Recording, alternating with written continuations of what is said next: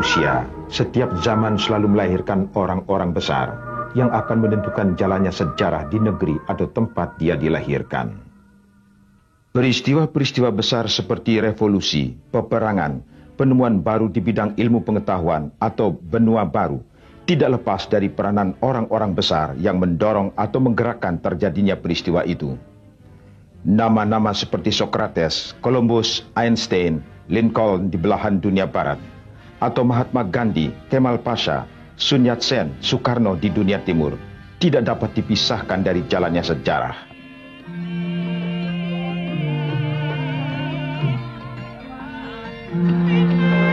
Siapakah Soekarno?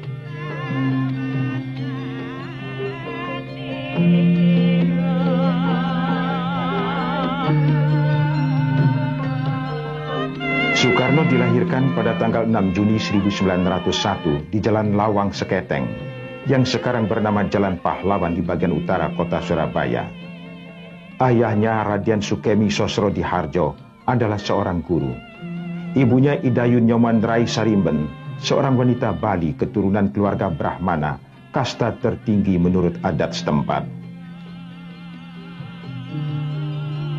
Sebagai seorang anak pribumi, Soekarno mendapat pendidikan dasarnya di sekolah rakyat atau Ongkoloro. Atas usaha keras Pak Sukemi, Soekarno berhasil masuk sekolah Belanda kelas 1 atau Europees Lager School di Mojokerto. Tidak berbeda dengan anak-anak lain, Soekarno melewatkan masa kecilnya dengan bermain-main, mandi di kali, berkelahi, memancing ikan dan menonton wayang. Wayang mendapat tempat khusus di hati Soekarno kecil. Bima atau Raden Werkudara, pembela keadilan dan kebenaran, adalah pahlawan dalam dunia kecilnya.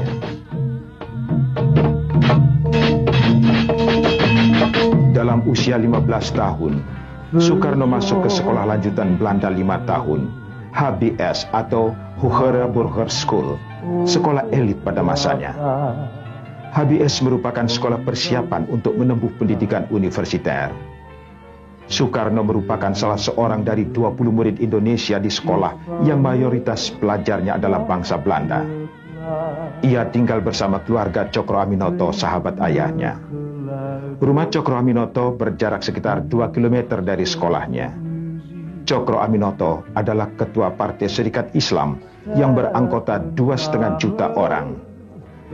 Di masa itulah Soekarno mulai bersentuhan dengan dunia pergerakan kemerdekaan Indonesia. Di rumah ini, dalam suasana serba kekurangan, Soekarno mengenal dari dekat pemimpin-pemimpin pergerakan nasional seperti Kiai Haji Agus Salim, Dr. Cipto Mangunkusumo, Dawes Dekker, Semaun, Alimin, Muso, dan lain-lain. Diskriminasi yang dialaminya di sekolah dan diskusi-diskusi yang didengarnya di rumah Pak Cokro menimbulkan kesadaran nasional yang kuat dalam kalbu Soekarno muda. Di luar jam sekolah, dengan setia ia mengikuti Pak Cokro dalam kegiatan propaganda Serikat Islam. Soekarno berkesimpulan bahwa pidato Pak Cokro terlalu datar dalam irama pengucapannya. Dalam organisasi kepemudaan Trikoro Darmo, Soekarno mulai mengembangkan bakatnya sebagai ahli pidato ulung. Ia juga mulai menulis karangan-karangan dengan nama samaran Bima, tokoh pujaannya dalam dunia pewayangan.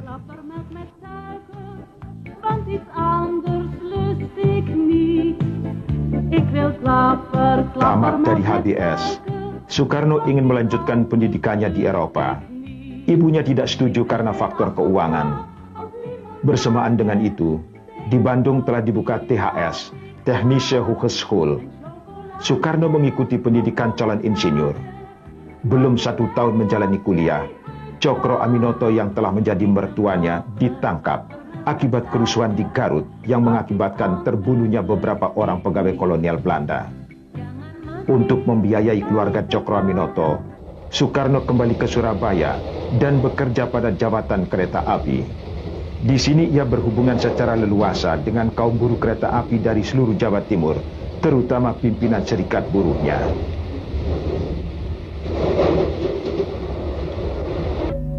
Masa kuliah di Bandung merupakan pematangan bagi Soekarno untuk mengembangkan pandangan politiknya yang disebut Marhainisme, yaitu sosialisme yang didasarkan pada kondisi masyarakat setempat. Soekarno menegaskan bahwa ia seorang kiri, seorang sosialis, tetapi bukan komunis. Dari teori Marx, ia hanya mengambil perlawanan secara konsekuen terhadap kapitalisme dan imperialisme yang telah menyengsarakan jutaan kaum yang lemah dan tertindas.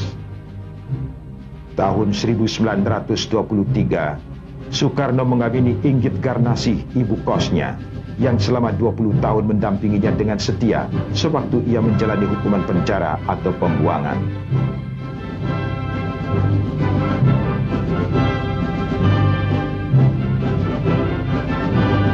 Sedamat dari THS pada tahun 1926, Soekarno bersama kawannya Anwari mendirikan Biro Arsitek dan menolak bekerja pada pemerintah atau menjadi asisten pengajar di alma maternya. Dengan demikian ia memilih hidup menderita sebagai orang pergerakan daripada bekerja di pemerintahan yang menjamin kehidupan mewah dan kekayaan.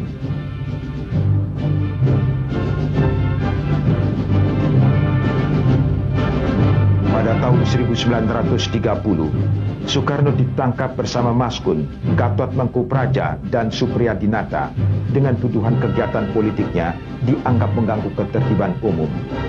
Dalam sidang pengadilan di Bandung, ia membacakan pembelaannya, Indonesia Menggugat. Pembelaan Soekarno lebih merupakan orasi politik yang menuduh kejahatan pemerintah kolonial Hindia Belanda terhadap rakyat Indonesia. Dan ia pun tahu konsekuensi yang harus ditanggungnya.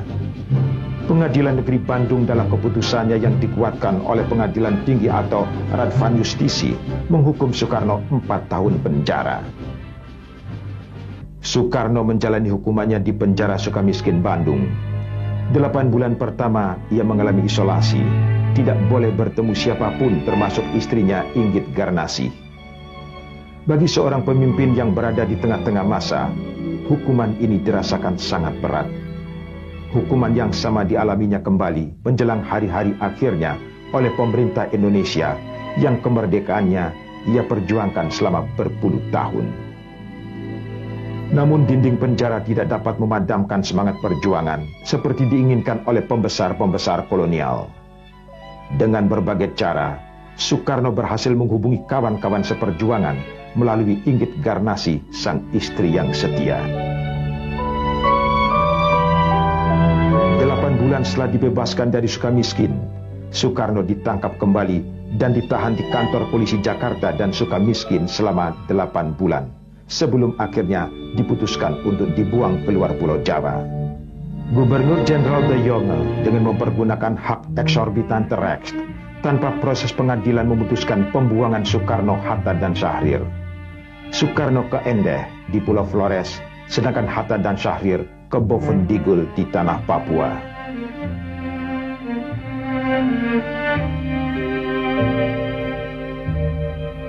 Penduduk kota Endeh, baik Belanda maupun pejabat pribumi, selalu menghindar kontak dengan Soekarno dan keluarganya. Polisi melakukan pengawasan 24 jam atas segala gerak-geriknya. Dalam keadaan terasing dari dunia luar, Soekarno bergaul dengan rakyat Flores yang masih buta huruf. Ia berkawan dengan petani kelapa, nelayan, dan golongan bawah lainnya. Antara tahun 1934 sampai 1938, ia aktif menulis lakon sandiwara untuk dimainkan oleh seniman rakyat yang buta huruf. Ia membentuk perkumpulan sandiwara Kalimutu, mengambil nama sebuah danau 3 warna yang terkenal di Flores. Bulan Februari 1938, Soekarno sekeluarga dipindahkan ke Bengkulu setelah tinggal di pengasingan di Endeh selama 5 tahun. 2 orang pembantu setianya, Riwu dan Darhan, mengikuti keluarga Soekarno ke pembuangan yang baru. Jika di Flores Soekarno aktif melakukan korespondensi dengan Hasan Bandung tentang Islam, di tempat pembuangan yang baru ia aktif bergerak dalam perkumpulan Muhammadiyah. Sebagai ketua bagian pengajaran, ia aktif mengajar. Salah seorang muridnya adalah Siti Fatimah, yang kemudian menjadi istrinya dan lebih dikenal dengan nama Fatmawati, nama pemberiannya.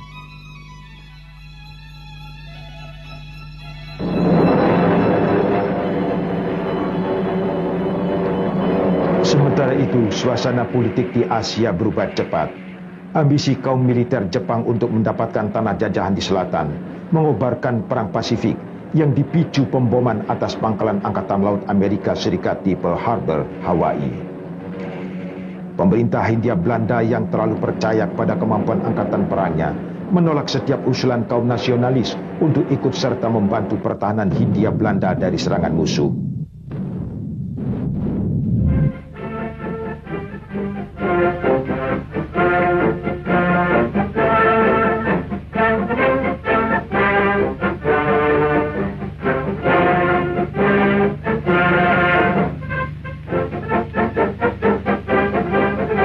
Februari 1942, Jepang menyerang Bengkulu setelah berhasil menduduki Palembang, pusat industri perminyakan di Sumatera.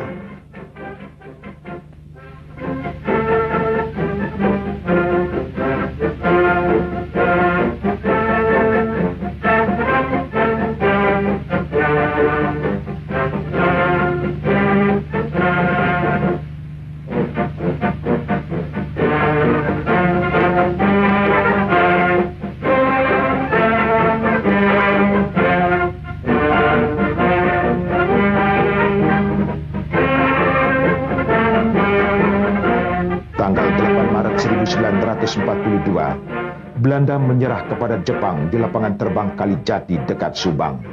Soekarno dan keluarganya dipaksa berangkat ke Padang untuk diungsikan ke Australia bersama pembesar-pembesar Belanda. Perjalanan dari Bengkulu ke Palembang ditempuh dengan truk dan berjalan kaki selama 5 hari.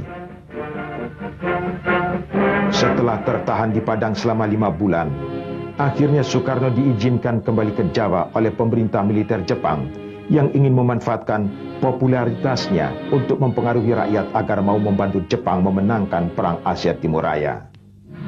Soekarno dan Hatta sepakat untuk bekerja sama dengan Jepang dalam upaya mencapai kemerdekaan Indonesia.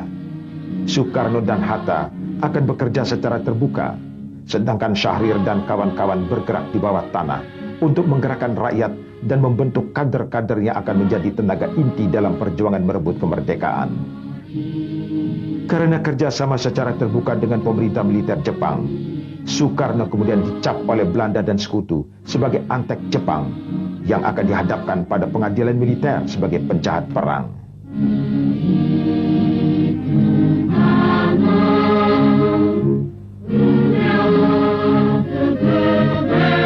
Pemerintah Jepang juga membentuk parlemen bayangan yang dinamakan Chuo Sangi-in, yang bertugas memberi nasihat kepada pemerintah mengenai berbagai hal.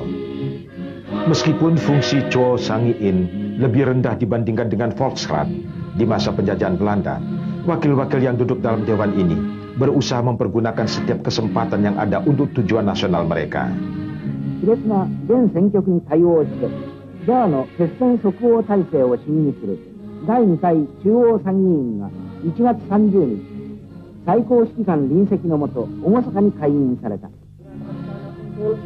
Yang telah dikemukakan oleh Ketua Panitia Istimewa keempat. Siapa yang mufakat, saya minta berdiri. Terima kasih. Tuan-tuan yang terhormat, tidak ada seorang anggota pun yang tidak berdiri, sehingga boleh saya katakan bahwa seluruh Chuo Sangi-in seia sekata menerima usul panitia keempat itu menjadi jawaban yang sah dari Chuo Sangi-in atas pertanyaan Paduka Yang Mulia Saiko Shikikan yang kedua.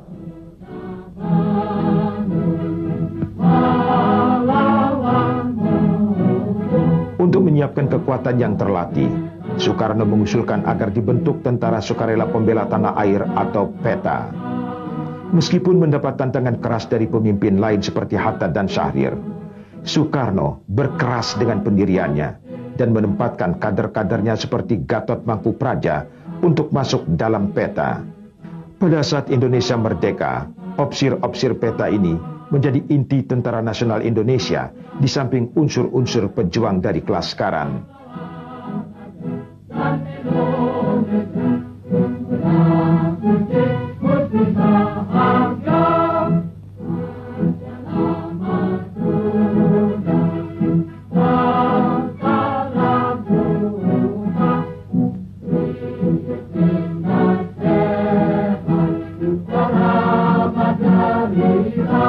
Pada hari mulia Teng Josetsu yang yang baru lalu, maka rakyat Indonesia yang berdiam di daerah pemerintahan Kaigun mendapat kebahagiaan yang amat besar.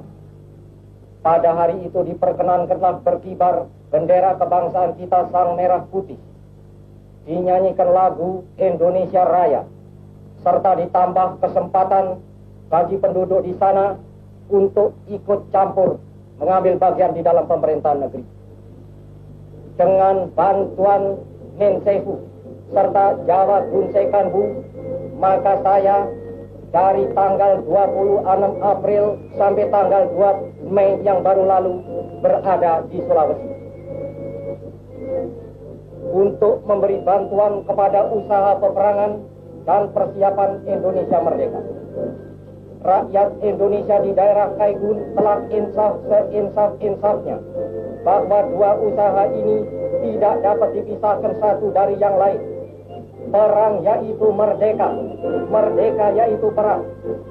Juga di sana saya gemblengkan di dalam hati sanubari rakyat bahwa kewajiban kita bukan hanya mencapai Indonesia merdeka selekas mungkin, tetapi memiliki Indonesia merdeka itu buat selama-lamanya. Syarat mutlak untuk memiliki Indonesia merdeka buat selama-lamanya ialah lenyapnya, hancur leburnya imperialisme Inggris, Amerika, Belanda dari benua Asia.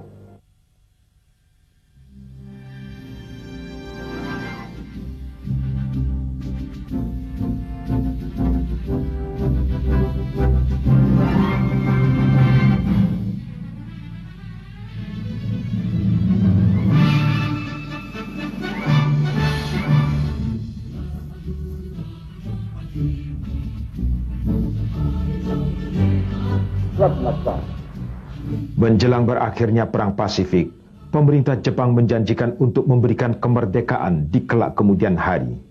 Menyambut pernyataan pemerintah militer ini, Soekarno dalam pidatonya di depan Saiko Sakikang menyatakan, Paduka Yang Mulia Saiko Sakikang, dengan hati yang terharu, kami menerima pengumuman bahwa Kerajaan Dainippon memperkenankan kemerdekaan segenap bangsa Indonesia di kemudian hari.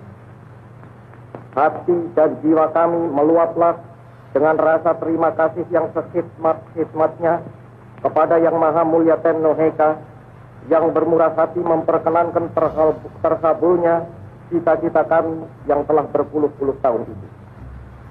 Dengan hormat, saya atas nama segenap rakyat Indonesia meminta kepada Paduka Tuan supaya Paduka Tuan mempersembahkan terima kasih kami ke bawah duli Yang Maha Mulia Tenno Heika. Paduka Tuan, di dalam pengumuman Kerajaan Dainippon itu tidak dinyatakan saatnya Indonesia diperkenankan merdeka, kecuali dengan kata-kata di kemudian hari. Tetapi kami pun menyerahkan saat kemerdekaan Indonesia itu kepada Yang Maha Mulia. Yang Maha Mulia lah terlebih bijaksana. Yang Maha Mulia lah terlebih mengetahui. Kami hanya insaf bahwa lekas atau lambatnya saat itu datang adalah tergantung daripada besar atau kecilnya usaha kami untuk mendapat kecakapan-kecakapan yang perlu buat kemerdekaan, dan daripada besar atau kecilnya usaha kami untuk membantu lekas tercapainya kemenangan akhir peperangan Aceh Timur Raya. Tenno Heika, bantai! Bantai! Bantai! Tanggal 1 Juni 1945, Soekarno mengucapkan pidato di hadapan sidang PPUPKI yang menawarkan 5 prinsip dasar bagi negara Indonesia merdeka, yang kemudian kita kenal sebagai Pancasila. Usul Soekarno ini secara aklamasi diterima oleh sidang, sehingga tanggal 1 Juni diperingati sebagai hari lahirnya Pancasila.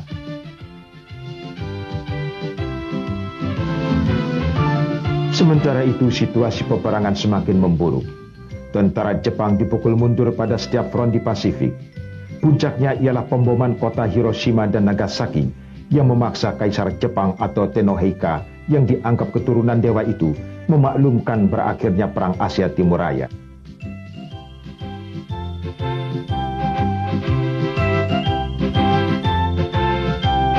Karena golongan pemuda menganggap Soekarno-Hatta terlalu lamban bertindak, mereka menculik kedua pemimpin ini dan menahannya di Rengas Dengklok, Karawang.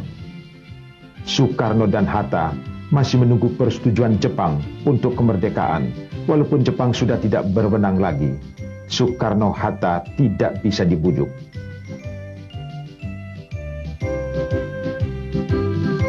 Setelah melalui perundingan berkepanjangan tanpa persetujuan resmi dari Jepang, tanggal 16 Agustus lewat tengah malam, di rumah Laksamana Maeda disusun konsep proklamasi kemerdekaan Indonesia.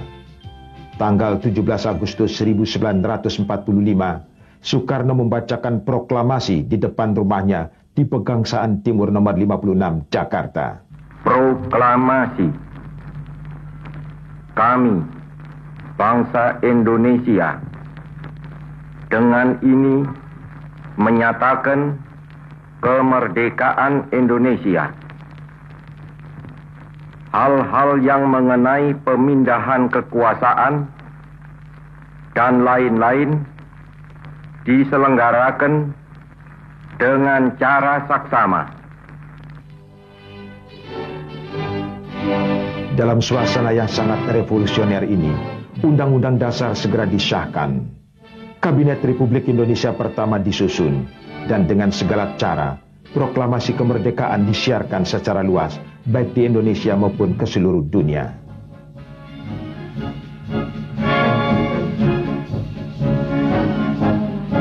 Seperti telah diperhitungkan oleh pemimpin-pemimpin Republik, pasukan serikat atau sekutu yang akan mengambil kekuasaan dari tangan Jepang mendarat di Tanjung Priok, Jakarta. Bersamaan dengan itu, ikut pula menyelundup pasukan Belanda yang merasa ikut memenangkan perang dan akan menanamkan kembali kekuasaannya di Indonesia. Meskipun dalam keadaan serba kekurangan, terutama dalam persenjataan, rakyat Indonesia melakukan perlawanan untuk mempertahankan negara merdeka yang telah diperjuangkan selama berpuluh tahun.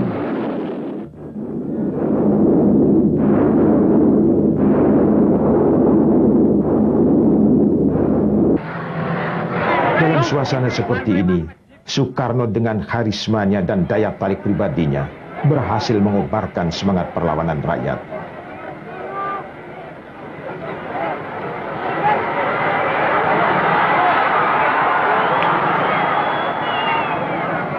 Saya minta saudara-saudara diam semua.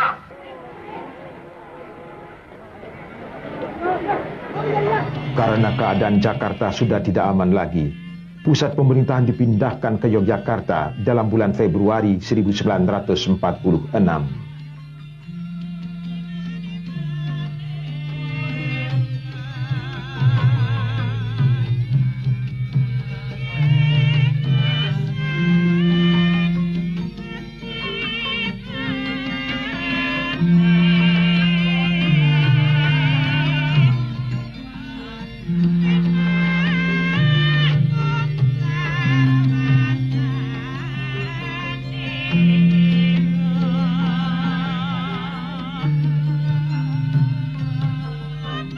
Meskipun di meja perundingan telah disepakati penyelesaian sengketa dengan Belanda di bawah pengawasan PBB, namun Belanda selalu melanggar perjanjian-perjanjian yang telah disetujuinya sendiri.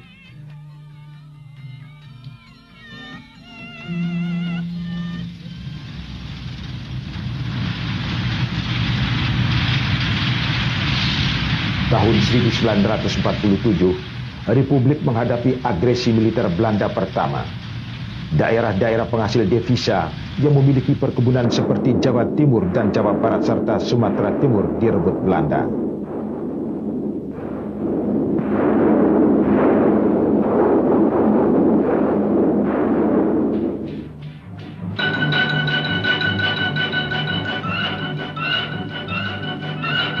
Mereka mendirikan negara-negara boneka seperti negara Sumatera Timur, negara Pasundan, negara Jawa Timur, Kalimantan Barat, dan lain-lain.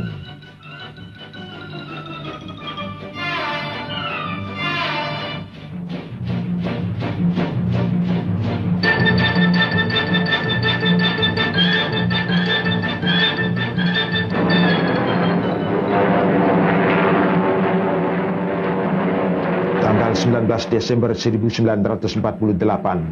Belanda melancarkan agresi militer kedua yang dipimpin langsung oleh panglimanya, Jenderal Simon Spoor. Yogyakarta, ibu kota revolusi, berhasil diduduki. Soekarno-Hatta bersama para pemimpin republik ditawan dan diasingkan, masing-masing di Brastagi, kemudian Prapat, dan di Pulau Bangka.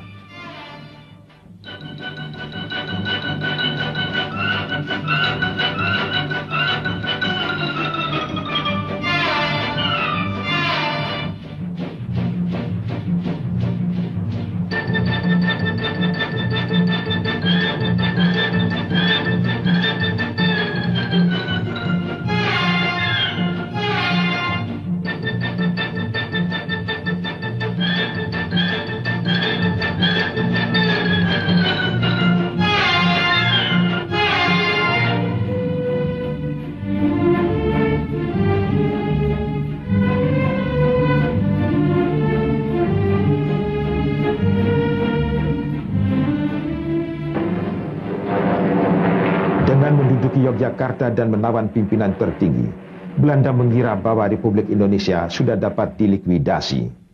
Namun TNI bersama para pemuda dan seluruh rakyat melakukan perlawanan gerilya di bawah pimpinan Jenderal Sudirman. Serangan umum 1 Maret yang diusulkan Sultan Hamengkubuwono ke-9 kepada Jenderal Sudirman berhasil menduduki ibu kota revolusi selama 6 jam. PBB dalam sidangnya bulan April di New York memerintahkan Belanda untuk membuka kembali perundingan dengan Republik Indonesia.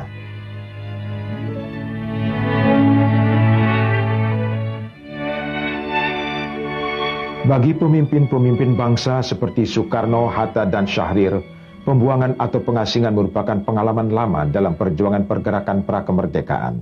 Di tempat pengasingannya, Soekarno seperti pada tahun 30-an, melewatkan waktunya dengan rakyat di sekitarnya.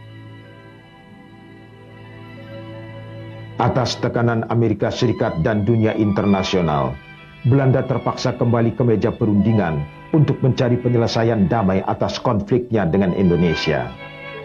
Kesepakatan yang dicapai dalam persetujuan Rum Van Rooyen menetapkan bahwa Soekarno-Hatta dan para pemimpin Indonesia dibebaskan dan dikembalikan ke Yogyakarta.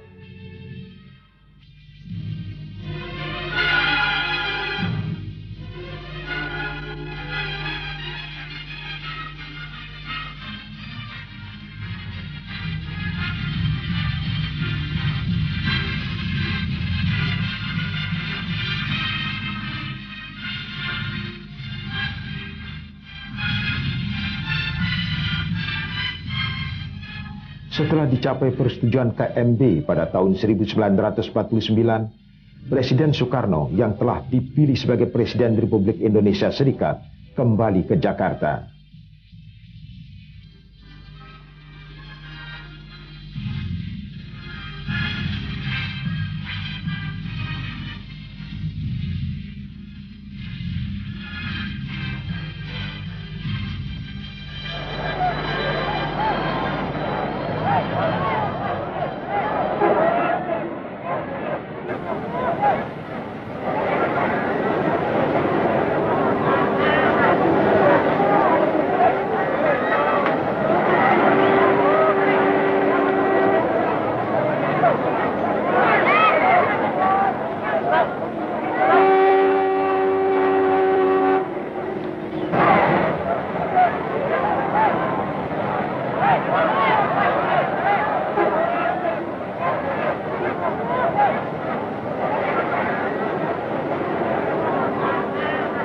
Dalam pidatonya di tangga Istana Merdeka, Soekarno kembali memukau rakyat dengan pidatonya yang bersejarah. Diam. Diam. Saudara-saudara sekalian, alhamdulillah saya ucapkan di hari Allah Subhanahu wa taala. Ini hari aku telah menginjak lagi bumi Jakarta. Sudah hampir 4 tahun lamanya saya tidak bersua dengan 4 kali 365 hari saya berpisah dengan rakyat Jakarta, laksana rasanya seperti berpisah 40 tahun, saudara-saudara.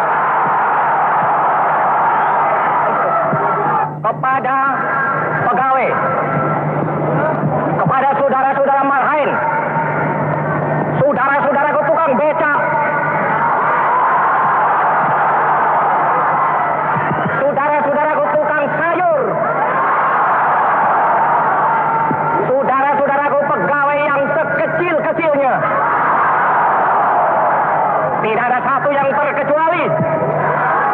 Semuanya saudara-saudara, saya sampaikan salamku kepada saudara-saudara sekalian. Alhamdulillah, sekarang di halaman ini telah berkibar sang Dwi Warna.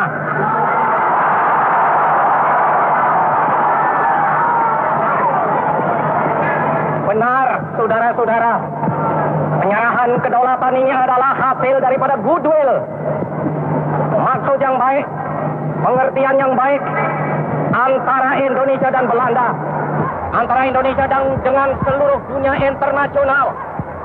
Memang kami berterima kasih atas goodwill itu. Saya pun pada saat sekarang ini, saudara-saudara, menyampaikan terima kasihku kepada semua utusan-utusan agung daripada negara-negara asing yang pada ini hari telah hadir di sini.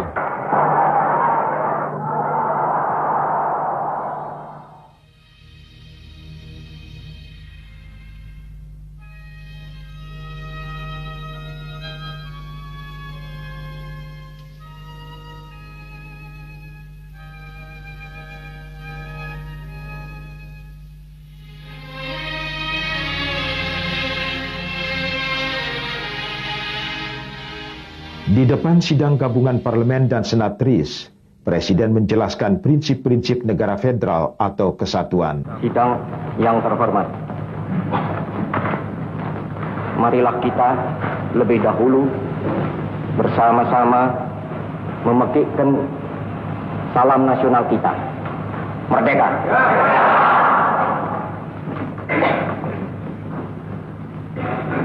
Sidang yang terhormat, saya mengucap syukur, alhamdulillah.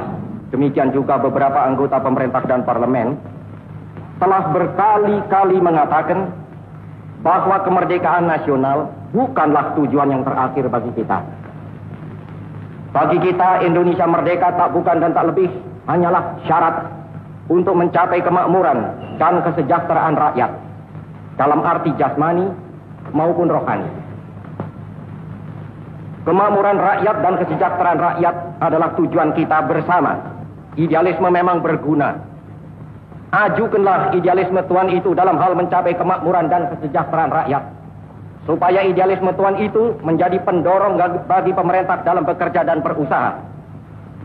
Tetapi agar supaya idealisme itu dapat dikerjakan, hendaklah ia diajukan dengan memperhatikan realitas yang kita hadapi sekarang, dengan mempertimbangkan bukti-bukti yang nyata. Apa jalan-jalan itu? Di antaranya ialah, pertama, mengadakan rasionalisasi dalam susunan negara dan dalam badan-badan dan alat-alat pemerintahan. Struktur daripada negara kita sebagai federasi pada prinsipnya mungkin dipertahankan, akan dapat memberi sumbangan yang tidak kecil untuk meringankan beban pemerintah dengan menempatkan tenaga-tenaga yang berkelebihan di dalam perusahaan-perusahaannya itu. Oleh karena itu, maka lebih jelaslah lagi betapa pentingnya adanya keamanan dan ketentraman di seluruh Indonesia. Merdeka!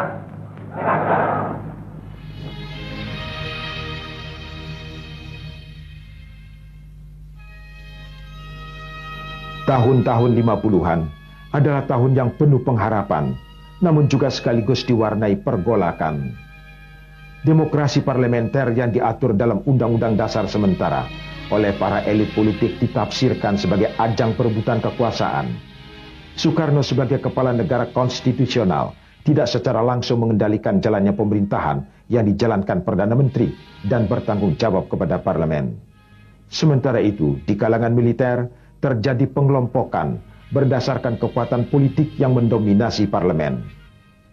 Tanggal 17 Oktober 1952, sekelompok perwira yang tidak puas dengan keadaan politik pada waktu itu menggerakkan demonstrasi menuntut pembubaran parlemen. Meriam diarahkan ke Istana Presiden. Demonstrasi juga digelar di halaman gedung parlemen, Lapangan Banteng, Jakarta. Setelah bertemu dengan pimpinan Angkatan Perang dan Menteri Pertahanan, Soekarno dengan tegas menolak tuntutan para demonstran karena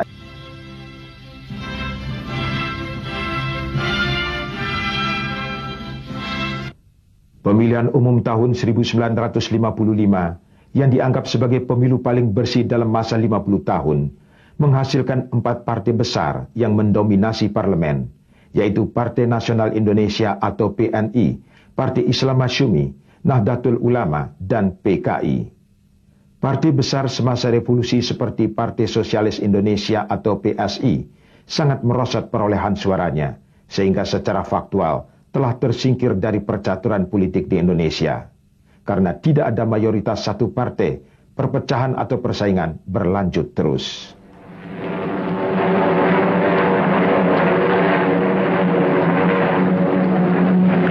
Sekelompok perwira angkatan perang yang tidak puas dengan situasi politik saat itu mengobarkan pemberontakan di daerah-daerah Sulawesi dan Sumatera, serta menyatakan ingin berpisah dengan negara Republik Indonesia. Presiden Soekarno yang mendapat dukungan dari KSAD Nasution menyatakan negara dalam keadaan bahaya dan memerintahkan menghadapi pemberontakan daerah dengan kekuatan militer. Sementara itu, Dewan Konstituante hasil pemilu yang bertugas membuat undang-undang dasar baru tidak berhasil menyelesaikan tugasnya dan menemui jalan buntu. Waktu Soekarno menawarkan untuk kembali ke Undang-Undang Dasar 1945, pemungutan suara menghasilkan suara seimbang antara yang setuju dan yang menentang.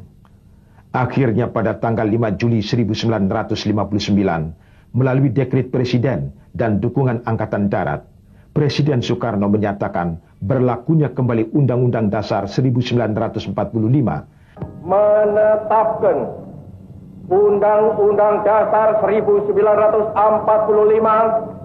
berlaku lagi. Prinsip gotong royong yang menjadi ciri kepribadian bangsa Indonesia sebenarnya sudah lama disosialisasikan oleh Soekarno kepada para elit politik. Partai Nasional Sekuler pada umumnya menerima gagasan yang kemudian dijabarkan dalam demokrasi terpimpin. Sedangkan partai agama seperti Masyumi dan Partai Katolik menolak. Alasan penolakan adalah karena mereka tidak setuju dalam suatu pemerintahan yang di dalamnya terdapat unsur komunis.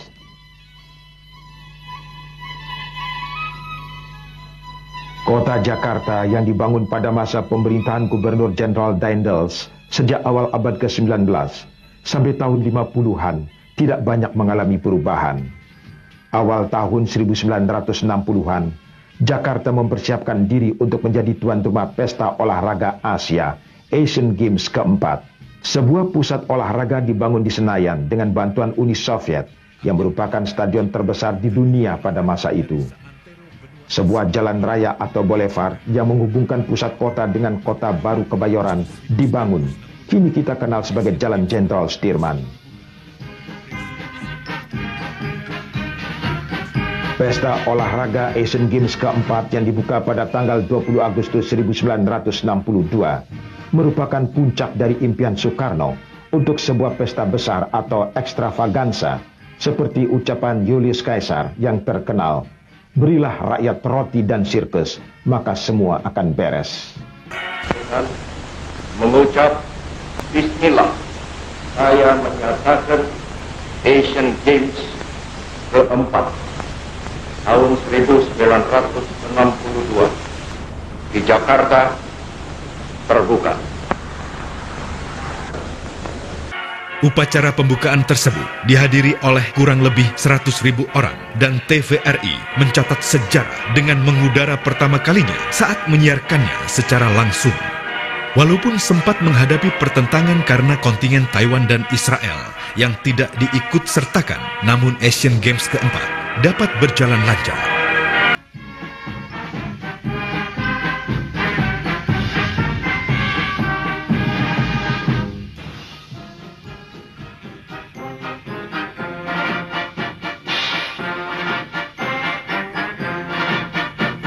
Oleh karena salah satu wilayah daripada Republik Indonesia masih belum merdeka, Anda kewajiban yang teramat untuk Kemerdekaan Indonesia yang diproklamirkan tanggal 17 Agustus 1945 masih menyisakan sengketa teritorial dengan Belanda karena wilayah Irian Barat. Menurut sebuah klausul dalam perjanjian KMB, 1 tahun setelah pengakuan kedaulatan, status Irian Barat akan ditentukan berdasarkan keinginan rakyat Irian sendiri. Di tengah kesulitan politik dan ekonomi yang sedang dialami Indonesia, Presiden Soekarno memainkan kartu Irian. Tanggal 19 Desember 1961, Presiden mengeluarkan perintah kepada seluruh rakyat Indonesia yang terkenal sebagai Trikora atau Tri Komando Rakyat. Dengarkan saudara-saudara, komando saya dengan tegas ialah gagalkan, hei seluruh rakyat Indonesia, gagalkan pendirian negara Papua itu. Apa komando saya lagi?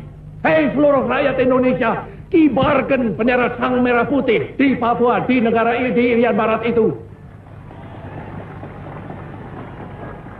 Tegas saya memberi komando ini, gagalkan negara Papua itu.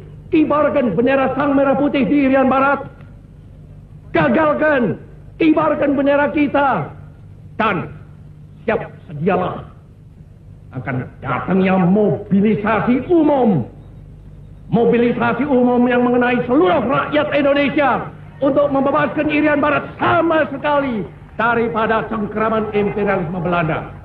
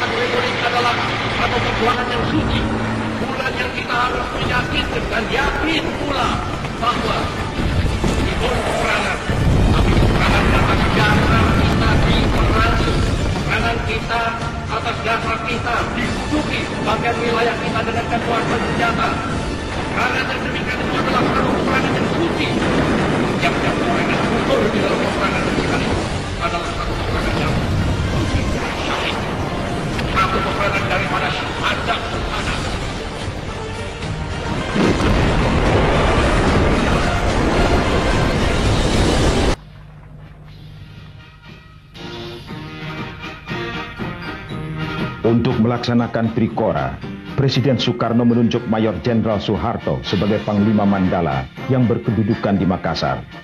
Seluruh kekuatan angkatan perang dikerahkan ke perbatasan Irian Barat.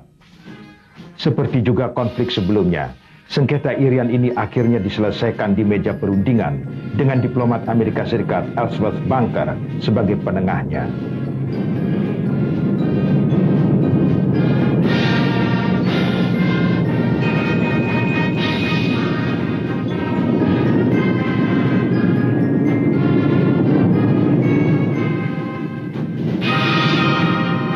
Tanggal 1 Mei 1963, Irian Barat kembali ke pangkuan Ibu Pertiwi setelah 1 tahun berada di bawah pemerintah sementara PBB UNTEA. Setelah Irian Barat bersatu kembali dengan Negara Kesatuan Republik Indonesia, MPRS dalam sidangnya pada tahun 1963 mengangkat Soekarno sebagai presiden seumur hidup. Meskipun keputusan MPRS ini bertentangan dengan Undang-Undang Dasar 45, tidak ada yang berani mengoreksi atau memperingatkan pelanggaran itu. Praktis hampir seluruh kekuasaan politik dikendalikan oleh lembaga kepresidenan.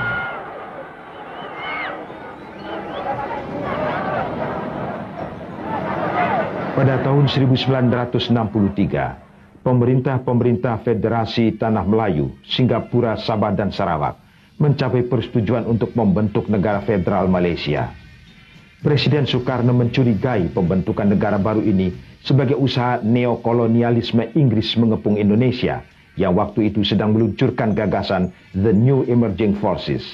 Kekuatan baru ini akan menjadi imbangan bagi negara-negara barat yang digambarkan sebagai kekuatan kolonial baru. Soekarno melancarkan konfrontasi dengan semboyan Ganyang Malaysia. Tetapi para analis dan pengamat politik melihat konfrontasi ini sebagai siasat Soekarno untuk mengalihkan perhatian rakyat dari kesulitan ekonomi yang sedang membayangi Indonesia. Sebagai Panglima Ganyang Malaysia, Soekarno mengangkat Laksamana Madya Udara Omar Dhani yang bukan dari Angkatan Darat. Maka di kalangan militer pun timbul keretakan sebagai akibat rivalitas antar angkatan.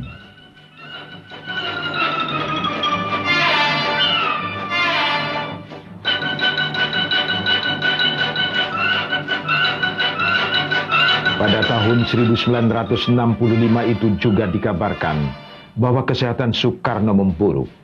Sementara itu terjadi pertentangan yang semakin tajam antara militer, khususnya Angkatan Darat dengan Partai Komunis Indonesia (PKI), dengan tersebarnya apa yang dinamakan dokumen Gilchrist.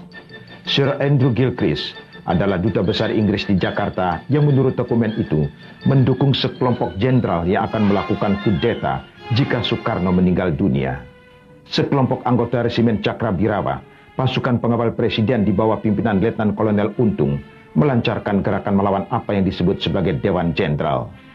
Peristiwa itu kemudian dikenal sebagai Gerakan 30 September PKI yang membawa korban 7 perwira Angkatan Darat, terdiri dari 6 orang jenderal dan 1 perwira.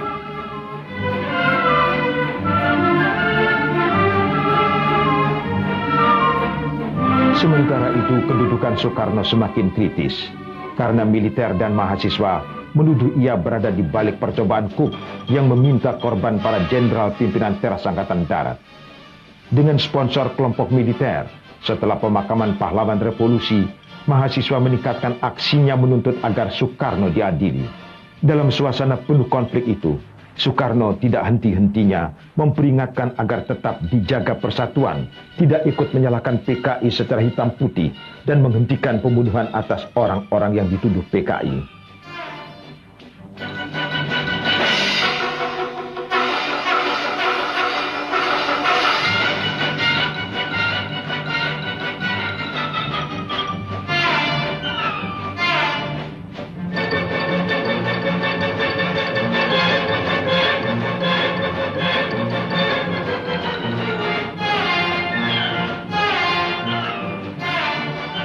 Sebaliknya kelompok pendukung Soekarno tetap menunjukkan kesetiaannya mendukung Bung Karno, hingga sering terjadi adu kekuatan di lapangan.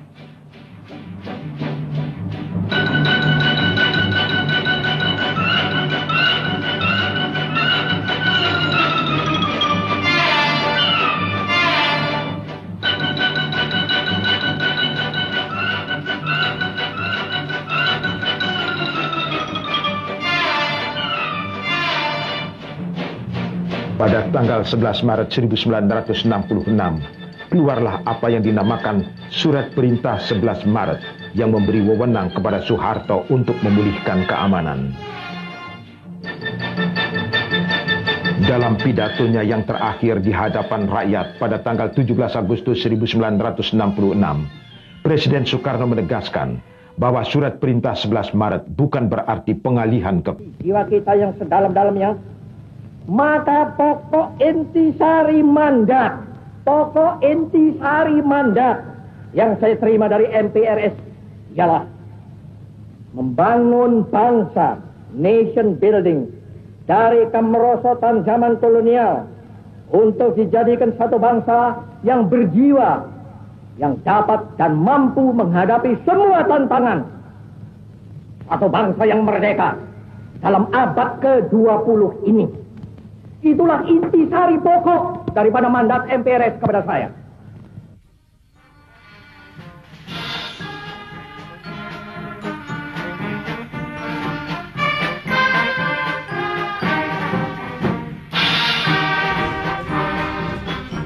Tetapi sidang umum MPRS yang dijaga secara ketat oleh militer telah mengambil keputusan yang mengukuhkan Surat Perintah 11 Maret sebagai ketetapan MPRS.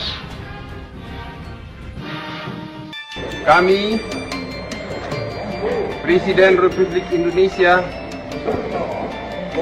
Mandataris MPRS, Panglima Tertinggi Angkatan Bersenjata Republik Indonesia,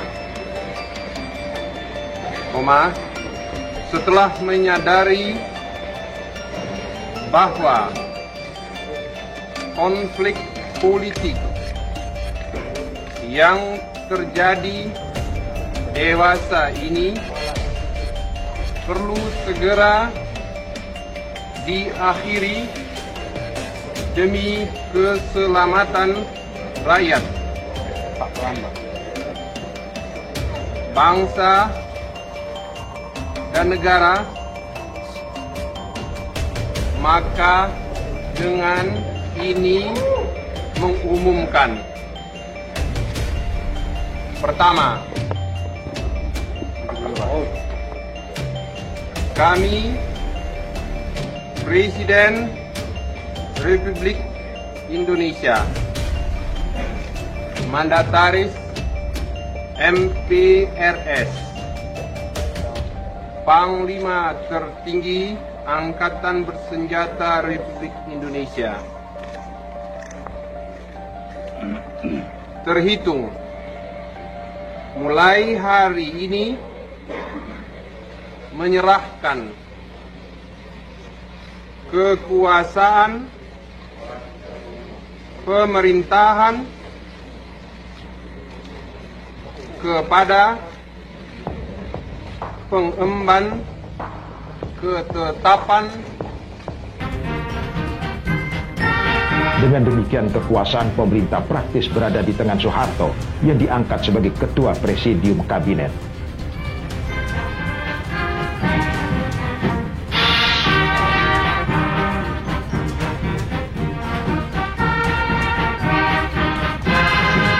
Salah satu tindakannya sebagai Ketua Presidium Kabinet ialah mengakhiri konfrontasi dan menandatangani perjanjian perdamaian dengan Malaysia. Dengan senjata Super Semar yang kini tidak diketahui keberadaannya, Jenderal Soeharto mulai mengkonsolidasi kekuatan untuk membawa militer dalam lingkar kekuasaan. Setelah membersihkan DPR-GR dari unsur-unsur PKI dan pendukung Soekarno, sidang istimewa MPRS digelar untuk meminta pertanggungjawaban Soekarno atas tragedi nasional yang terjadi. Dalam upaya pertahanan terakhir, Presiden Soekarno memberikan pidato pertanggungjawaban yang disebut Nawaksara. Presiden Soekarno antara lain mengatakan, malahan dalam sidang umum MPRS kedua pada bulan Mei tahun 1963, saudara-saudara sekalian telah menetapkan saya menjadi presiden seumur hidup. Dan pada waktu itu pun saya telah menjawab keputusan saudara-saudara itu dengan kata-kata, alangkah baiknya jikalau nanti MPR, bukan sekadar MPRS, jikalau nanti MPR, yaitu MPR hasil pemilihan umum, masih meninjau soal ini kembali. Dan sekarang ini pun saya masih tetap berpendapat demikian. Dalam pada itu, Presiden memegang dan menjalankan tugas, wewenang, dan kekuasaan negara serta pemerintahan. Pasal 4, pasal 5, pasal 10, 14, pasal 12, 13, 14, 15, 16, 17, alat ayat 2. Jadi saya mau beri nama pertama dengan perkataan Nawa. Nawa apa? Ya karena saya tulis, saya mau beri nama Aksara. Terus Nawa Aksara, atau disingkatkan Nawaksara. Pidato Nawaksara ditolak. MPRS dalam sidang istimewa tahun 1967 memberhentikan Soekarno dari jabatan presiden dan mengangkat Jenderal Soeharto sebagai pejabat presiden.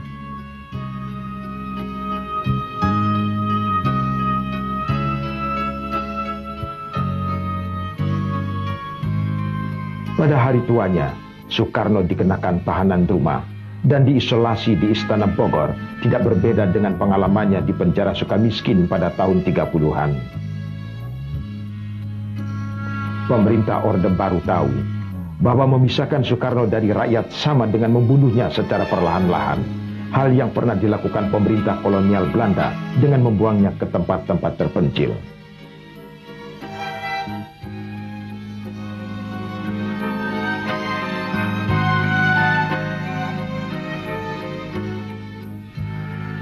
Pada tanggal 21 Juli 1970, Soekarno wafat dalam usia 69 tahun akibat komplikasi berbagai penyakit yang dideritanya.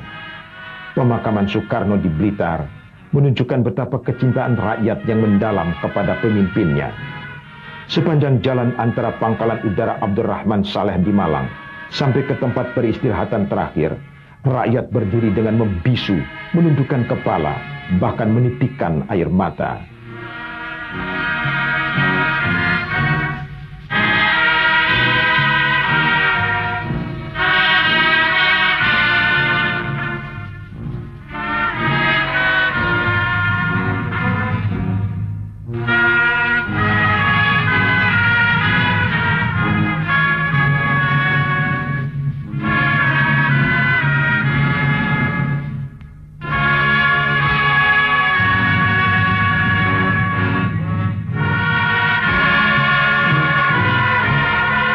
Soekarno adalah pemimpin yang flamboyan, dicintai rakyatnya.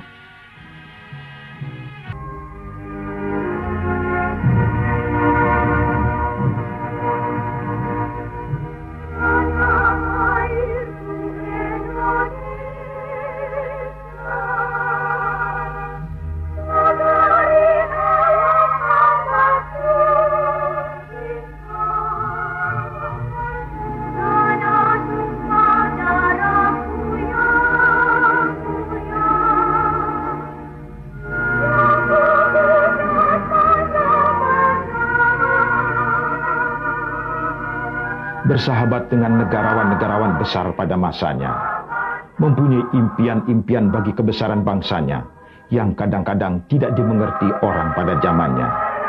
10 tahun sebelum berhenti sebagai presiden, Jenderal Soeharto memutuskan untuk memugar makam Soekarno, mendirikan sebuah monumen di Pegangsaan Timur 56 dan memberikan nama Soekarno-Hatta untuk sebuah bandar udara internasional di luar kota Jakarta.